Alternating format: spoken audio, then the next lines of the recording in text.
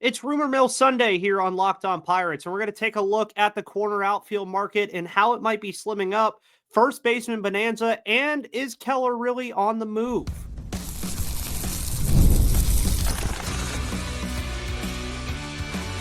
You are Locked On Pirates, your daily Pittsburgh Pirates podcast, part of the Locked On Podcast Network, your team every day. And welcome back, everybody, to the Locked On Pirates podcast here on the Locked On Podcast Network. My name is Ethan Smith, your host of the Locked On Pirates podcast, as I have been for 4 years now here on the Locked On Podcast Network, bringing you your news, analysis, opinions, and reactions to everything going on in the world of the Pittsburgh Pirates, from a lifelong fan to lifelong fans just like you. Tonight's episode of Locked On Pirates is brought to you by Game Time. Make sure you go download the Game Time app today. If you want to go to the Steelers game on Christmas Day, or you want to go to a Penguins game, or you want to go to a concert, a comedy show, anything, make sure you go to Game Time right now. Use code LOCKEDONMLB for $20 off your first purchase. Terms do apply. Happy Sunday before Christmas, everybody. Happy holidays. Programming note, you are going to actually be getting 5 episodes for the next 2 weeks. More than likely going through Christmas and New Year's, and then we'll drop to that 3 that we talked about the last time you saw me. Mainly because I just want to end the year strong on this show. I want to go into 2025 with this show really hitting hard on the Pirates stuff that we have at our disposal. And I think that this Pirates team right now, and we're going to talk about this throughout the show, hasn't improved a lot just yet, but at the same time, and both of these statements can be true, they have a lot of time. But we're starting to see a lot of things happen around baseball now that are getting interesting, because corner outfielders have kind of fallen off the market already. The first baseman stuff is just absolutely insane.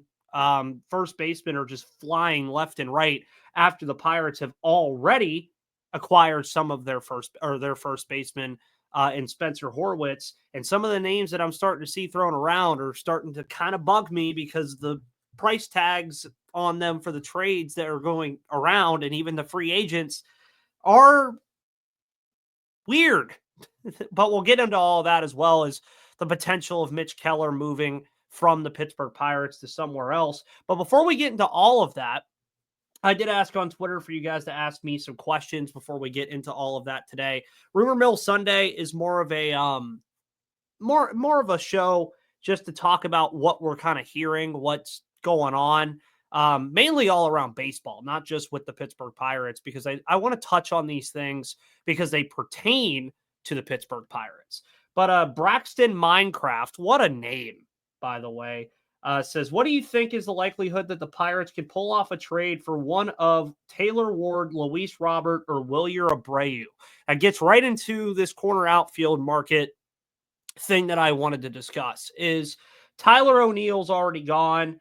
You look at Juan Soto, obviously already gone. There's still some big names out there. You have Anthony Santander. You have Teoscar Hernandez. You're still looking at a guy like Jurickson Profar that's still available. But we've seen some pretty big names fly off the board already from this market. I already mentioned Tyler O'Neill heading to Baltimore. Michael Conforto went to the Dodgers on December 10th. Austin Slater signed in November. You look at Brian De La Cruz, former Pirate, signs with the Atlanta Braves. And then Max Kepler signs a 1-year deal with the Philadelphia Phillies. Mike Tauchman goes to the Chicago White Sox. So it does feel like the corner outfield market is a little bit slim already, because then you start looking at the names that are available, and you have Jurickson Profar, who had a 2.7 WAR last year. Mark Canha, 36 years old, 2.7 WAR. Austin Hayes had a 2.7 WAR, and he's still there. A name that I've seen a lot of fans throw around that people are kind of wanting the Pirates to flirt with is Alex Verdugo, 2.0 WAR player, 29 years old, left-handed bat, would do probably well in Pittsburgh, but health, defense, and a lot of other things go into the metrics of why I don't really want Verdugo that much. You look at Tommy Pham, I would stay away from that. Travis Jankowski, Jesse Winker, Adam Duvall. You then move over. You got Jason Hayward, Randall Grichuk, Bryce Johnson. So you're starting to see now that as far as the free agent market is concerned for corner outfielders, there's just not much there anymore. And there are a ton of teams that are in the corner outfield market. Jeff Passan, I believe, discussed the corner outfield market not too long ago, where he said basically half the league is looking for corner outfielders right now because it is a prime position that a lot of teams are looking for, especially those teams that were in the Juan Soto sweepstakes, like the Yankees, like the Dodgers, maybe the Red Sox and the Blue Jays, who missed out on Juan Soto and now are still looking for that corner outfield help. So to go back to your question, Taylor Ward, I think, is interesting. The Pirates have quietly been linked to him a couple times, especially this past deadline from the LA Angels. I wouldn't be against it at all. Luis Robert is one of my favorite players in all of baseball, and I've had this conversation with plenty of people. When he's healthy, he is a very, very, very good player. And that's Luis Robert that we're talking about here. The problem is he's not healthy enough. And that's a problem. I do think that when you look at what you would have to give up to get a player like Luis Robert, it's going to be pretty hefty. I mean, I think we're thinking in the Thomas Harrington realm of possibility as far as the prospect that you would have to headline with it, maybe even a Termar Johnson, depending on their asking price. And we've seen that the White Sox are kind of willing to move on from guys because they already moved on from Garrett Crochet. He went to the Boston Red Sox. So could they move on from Robert before the season starts? Yeah. It's just, what do you really do as far as the Pirates are concerned in that scenario? Because, again, the injury history is there. Now, the last 2 seasons, Robert has played the most that he's ever played. He's played more than 100 games, I believe, the last 2 years, if I'm not mistaken. And you look at that and you say, okay, we can get down with that a little bit. And very solid player again.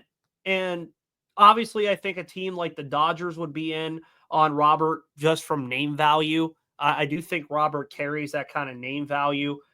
But you're looking at a guy who has a career 790 OPS in 1,800 at-bats. Last year, he was on a terrible White Sox team and was really the only offensive threat in that lineup when he was in it. So I do think that a lot of his poor play had to do with being on a poor team, if that makes sense.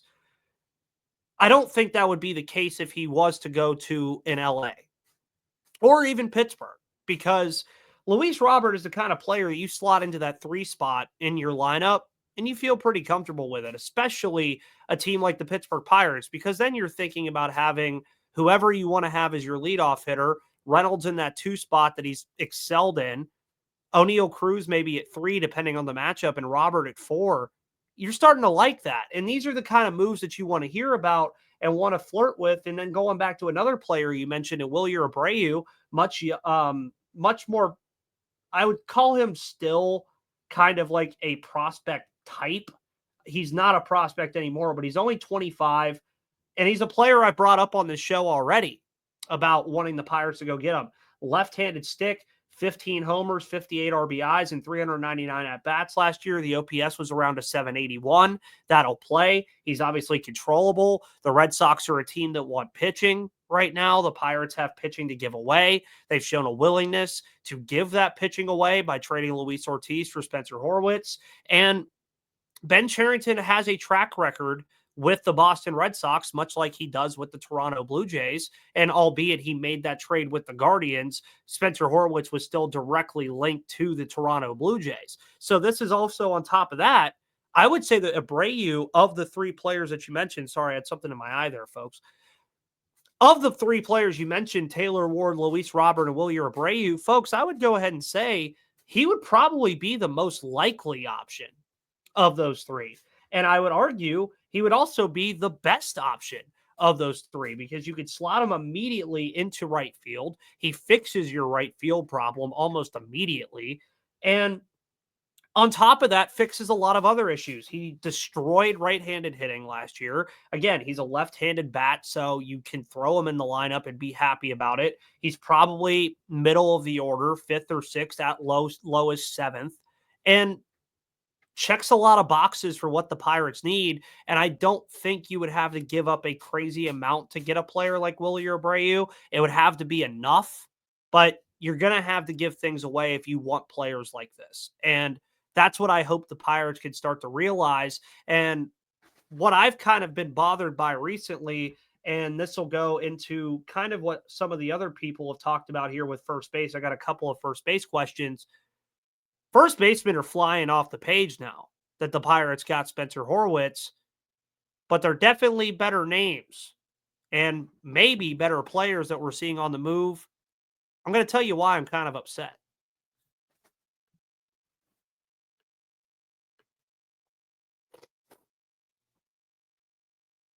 Today's episode of Locked On Pirates is brought to you by FanDuel. Make sure you go to FanDuel.com right now for all your betting needs, because I did it today on Sunday and I won some money on some anytime touchdown bets and nearly did again if it wasn't for a certain Philadelphia Eagles quarterback getting hurt early in the game. But the NFL playoffs are almost here and it's not too late to get in on the regular season action. We still got 2 weeks left with FanDuel, America's #1 sportsbook.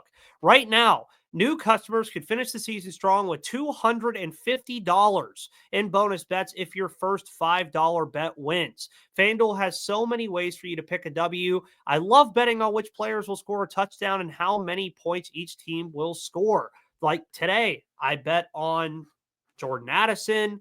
I bet on James Cook, Ramondre Stevenson, Jamar Chase. I was hitting left and right today, and you could be hitting left and right too on FanDuel like Justin Tucker. And just visit FanDuel right now, and it's not just football. You can bet on baseball when it comes back around. You can bet on hockey, the college football playoff, college basketball is about to get in full swing.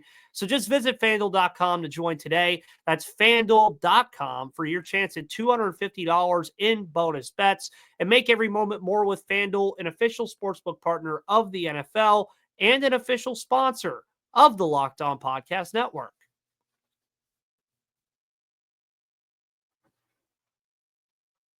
And welcome back, everybody, to the Locked On Pirates podcast. Hope you're all having a wonderful holiday season. Hopefully you've gotten all of your Christmas shopping done for all of the family, and hopefully you're listening to Locked On Pirates around this holiday season, keeping up with all the baseball that's going on amidst the Penguins being in a good stretch and the Steelers being the Steelers. I guess that's the only thing I can really say about that.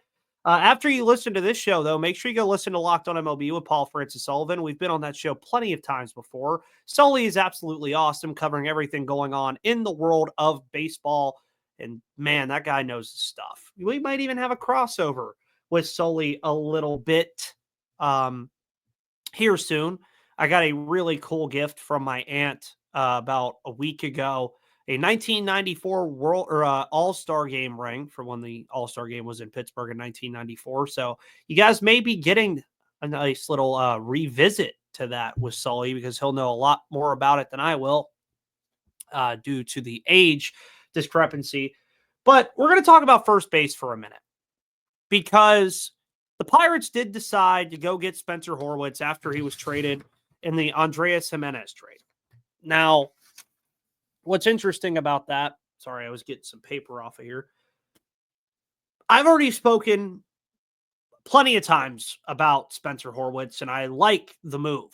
I do. I think that the move is fine. I thought what they gave up was fine. I think Horwitz will be fine. That's what that is. It's fine. But now, I'm starting to see a lot of first basemen being moved or signing in free agency. And I'm starting to be like, okay, what's going on here? Because even today, right before I hit the record button, the Washington Nationals got Nathaniel Lowe in a trade and traded a reliever to get him. Apparently that was it. I didn't see if there was really anything else, but that came from Jeff Passan. Robert Garcia, who, don't get me wrong, Robert Garcia, very good reliever. But Nathaniel Lowe, man, I'm thinking that was a name, Nathaniel Lowe's one of those names that when I was discussing first baseman, I didn't really know if he was on the move all that much or what was really going on. But you're looking at a guy and Nathaniel Lowe last year that hit 16 homers, 69 RBIs, 265 average for the Texas Rangers, 762 OPS. And much like Horwitz, he's a younger guy. And, well, not younger guy, he's 29. Sorry. But more power upside than what you get from Spencer Horwitz.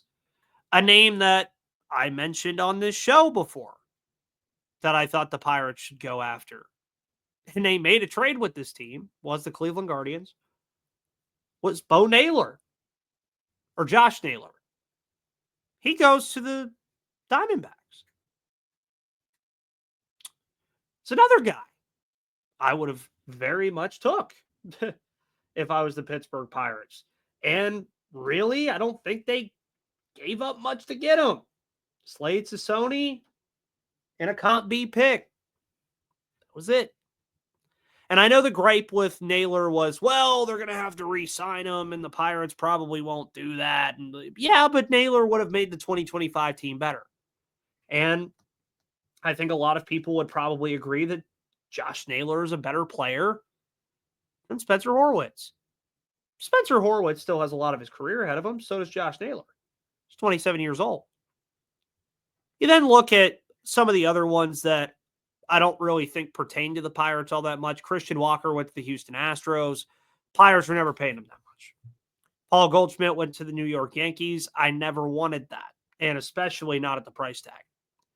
So you look at all these things and how they've all materialized, and first base is a position that is a commodity. I mean, you're looking at a guy like Pete Alonso who's still out there. He wants his money. He's a Boras client. We know that. I still think he's going to go back to the Mets. Pirates won't be in on that. Carlos Santana goes back to the Guardians. He goes back to Cleveland. I would have been okay with Pittsburgh getting Santana. I don't think I would have been thrilled with it. He was fine when he was here in 2023, but I don't think I would have been thrilled with Carlos Santana. But then you look at the rest of what's available at this point. And I know they got Spencer Horwitz, so I don't expect them to make a first baseman move anymore. But you look at Justin Turner, Donovan Solano, Connor Joe, Joey Gallo, Anthony Rizzo, Patrick Wisdom, just nothing there anymore. So I was kind of happy that they went out and they got Spencer Horwitz in a trade, because he's just better than 90% of the guys I just mentioned, I think. But you look at the first baseman still available, Nathaniel Lowe off the board, Lamont Wade Jr. Loved Lamont Wade Jr. But you start to see these moves, and I can understand where the frustration comes from Pirates fans here, because it doesn't seem like these are moves that are very pricey as far as the teams that are making the moves and getting Josh Naylor and now Nathaniel Lowe. They're not exactly like gut-wrenching, system-killing moves. And they're improvements. And I think that's kind of what us as Pirates fans have wanted to see. And now, going back to my first point about the corner outfield, still could see, is go out there and give up some prospects to get that Wilyer Abreu or get that Taylor Ward that you guys were all mentioning before. I'd be fine with that. I think everybody would be fine with giving up a couple prospects to get that done, or in that case, one.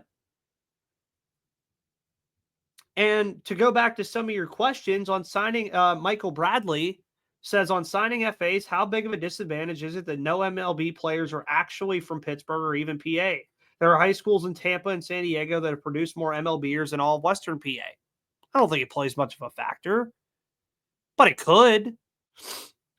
And then Open Creations, who always is throwing out names here, said, name your top 5 trade FA targets for right field. Abreu's one.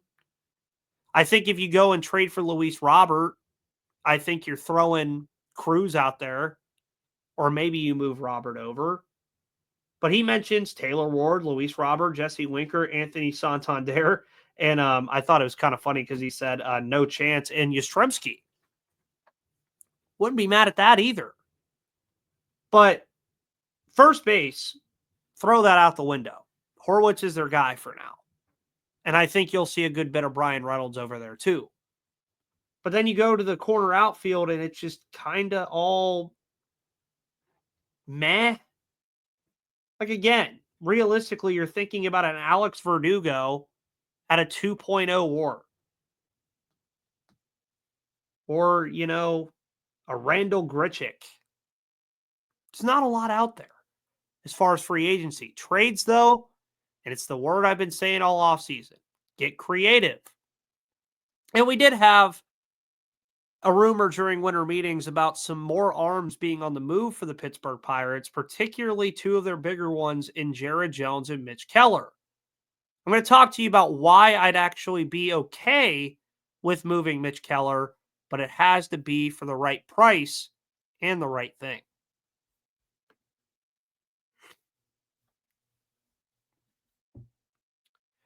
Today's episode is brought to you by Game Time. Make sure you use Game Time picks when you're using Game Time because it filters out the fluff to show you only incredible deals on great seats so you don't have to waste time searching through thousands of tickets. Game Time is focused on togetherness this holiday season, and that means when you bring people together at live events, the experience is going to be that much better, and it's the perfect last-minute gift.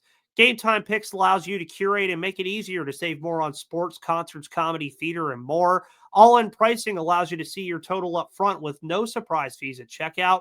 You can get a panoramic view from your seat in the app before you buy. Their lowest price guarantee will credit you 110% of the difference if you find tickets in the same section and row for less on another place or site. And your purchase is covered with the most flexible customer service policy in the ticketing industry. So download the Game Time app, create an account, and use code LOCKEDONMLB for $20 off your first purchase. Terms do apply. Again, create an account and redeem code LOCKEDONMLB for $20 off and download Game Time today. What time is it? It's game time.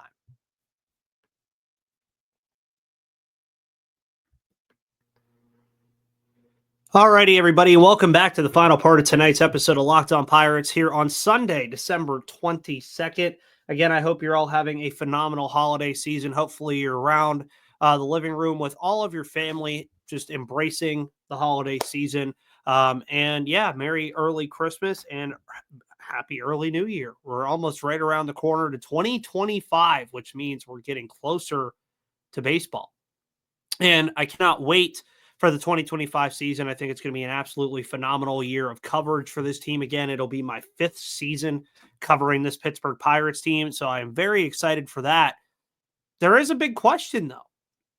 Is Mitch Keller going to be here for it? And I don't think the likelihood of him getting traded is very high, but I also wouldn't rule it out because the Pirates have moved on from Luis Ortiz to add offense. They have put an emphasis on wanting to move assets to add to the offense that has been kind of the Achilles heel of this team that has prevented them from making the postseason.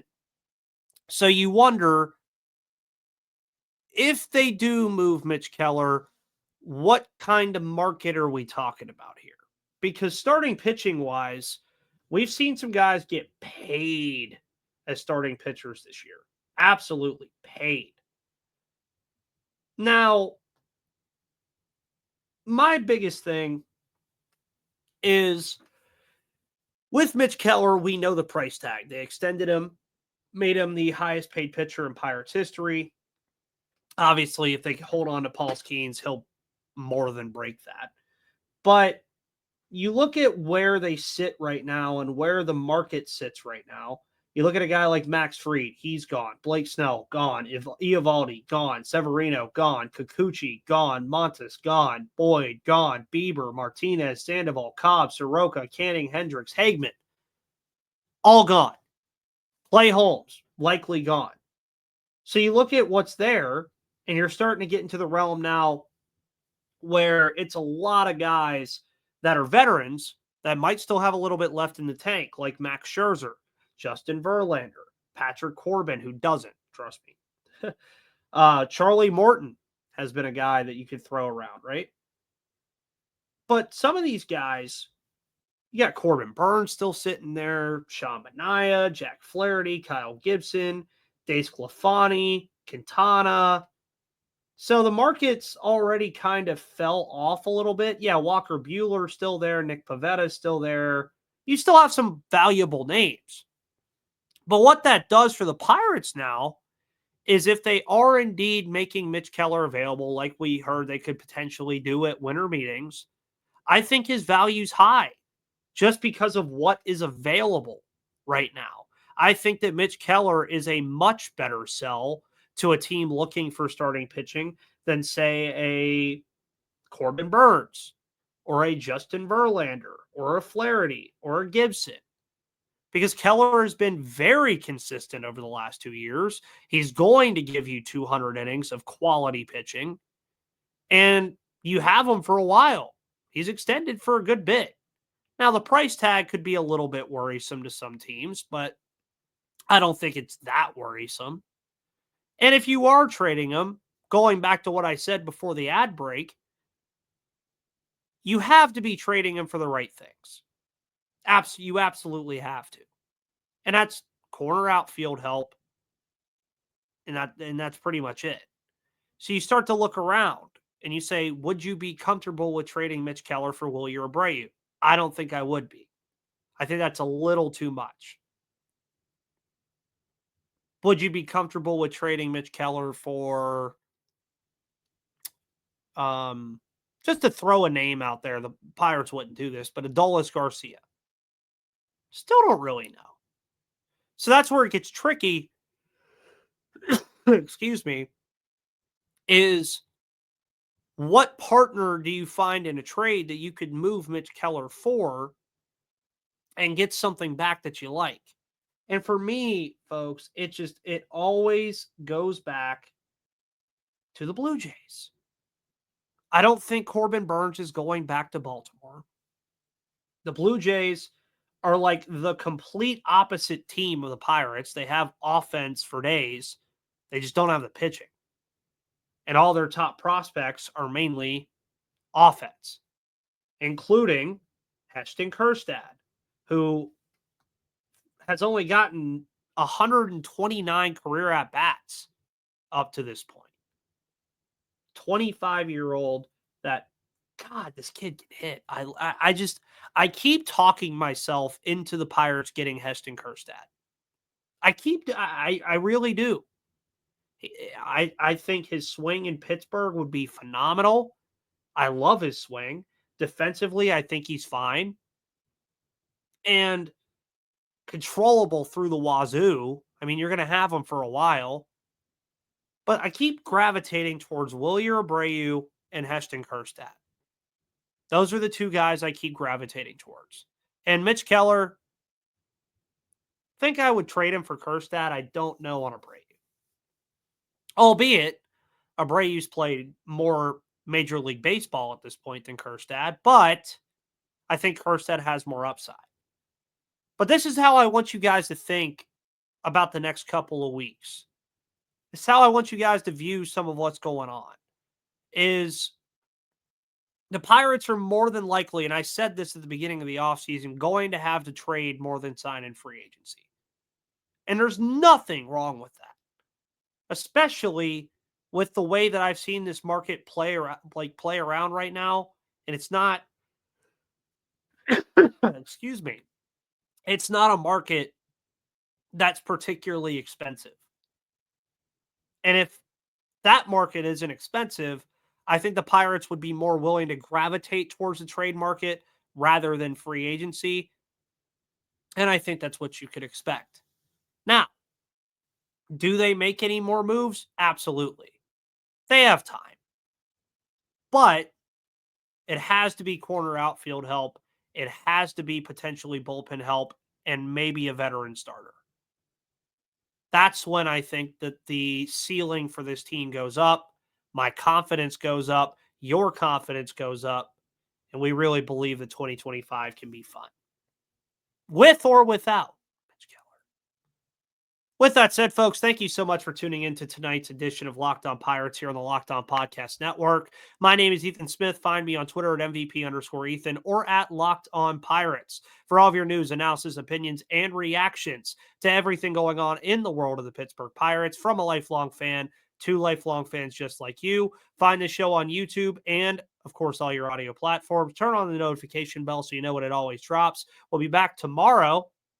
Tuesday, Wednesday, Thursday, and Friday. You got a full week ahead, folks. But until then, see you on the flip side.